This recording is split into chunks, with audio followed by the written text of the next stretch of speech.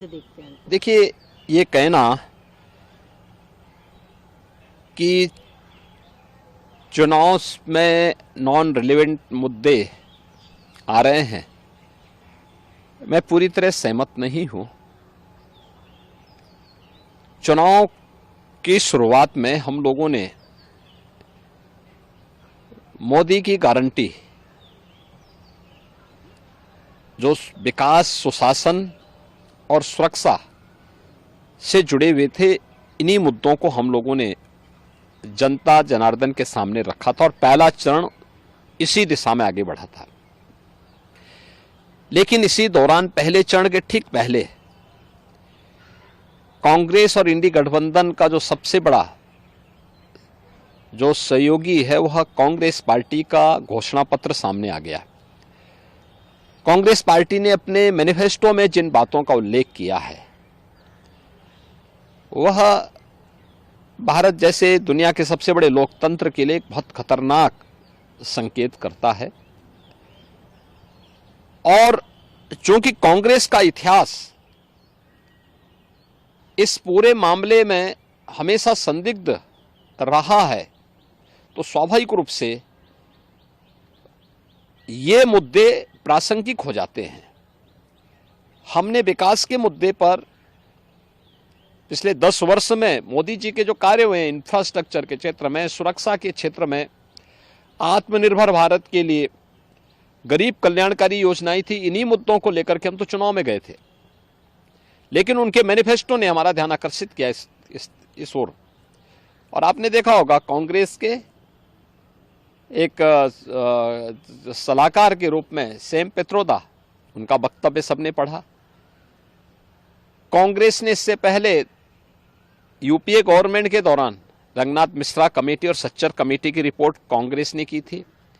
कर्नाटक में कांग्रेस नेतृत्व की सरकार है और कर्नाटक की कांग्रेस नेतृत्व की सरकार ने जिस तरीके से पिछड़े वर्ग के आरक्षण के लाभ में जबरदस्ती मुस्लिमों को घुसेड़ करके और उनके अधिकार में बंदरबांट करने और उसमें लूट करने की शुरुआत प्रारंभ की है, ये सभी संदेह पैदा करता है। एक दूसरा, जो विरासत टैक्स की बात कांग्रेस कर रही है, यह भी एक खतरनाक इशारा है। गरीबी, एक झटके में गरीबी हटाएंगे, इसके लिए वे हर संपत्ति का सर्वे करवाएंगे, एक्सरे कराएंगे, इस प्रकार का वक्तव्य कांग्रेस दे रही है। कांग्रेस का मैनिफेस्टो इस बात का उल्लेख कर रहा है। और फिर उसके माध्यम से हर एक संपत्ति को ये लोग अपने कब्जे में लेकर के, यानी दोनों चीजें, एक तरफ ये लोग देश के अंदर मजहबी आधार पर देश के विभाजन की आधारशिला रखना चाहते हैं, दूसरी तरफ किसी ने मेहनत से अगर अपनी संपत्ति अर्जित की है, घर बनाया है, कोई प्रॉपर्टी बनाई है, खासतौर पर हमारी माताएं बहनें अपने लिए जेवर खरीदती हैं, उसको ये अपने अधिकार में ले लेंगे।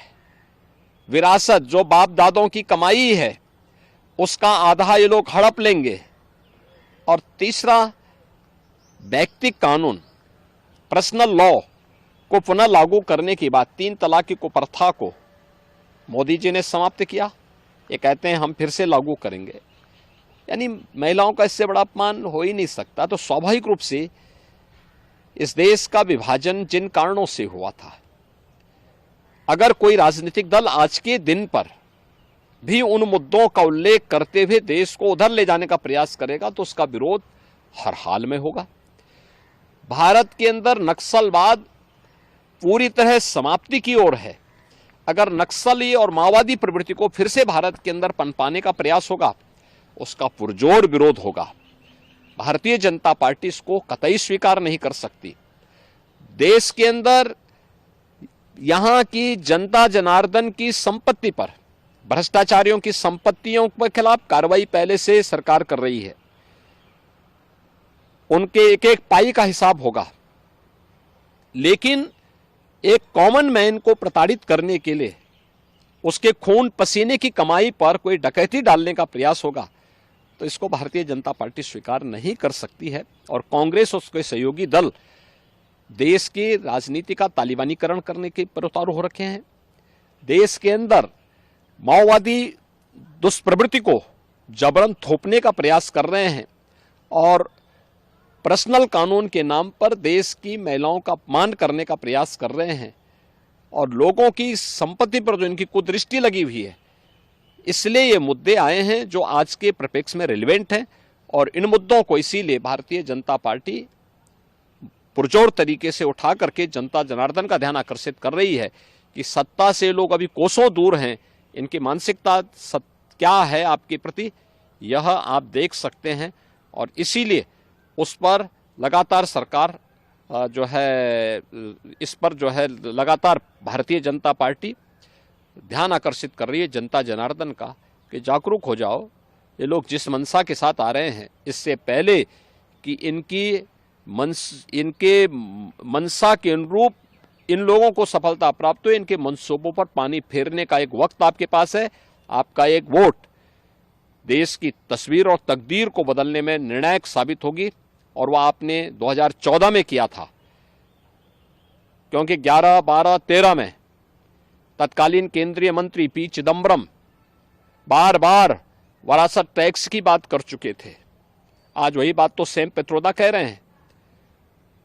इसीलिए इन चीजों को लेकर के आज फिर से जनता जनार्दन को बार बार कहा जा रहा है कि वो कांग्रेस के इन मंसूबों पर समय रहते अपने वोट के माध्यम से पानी फेरने का काम करें, अन्यथा यह गठबंधन देश के लिए भी, कॉमन मैन के लिए भी और आधी आबादी के लिए भी भयंकर खतरा पैदा कर सकता है।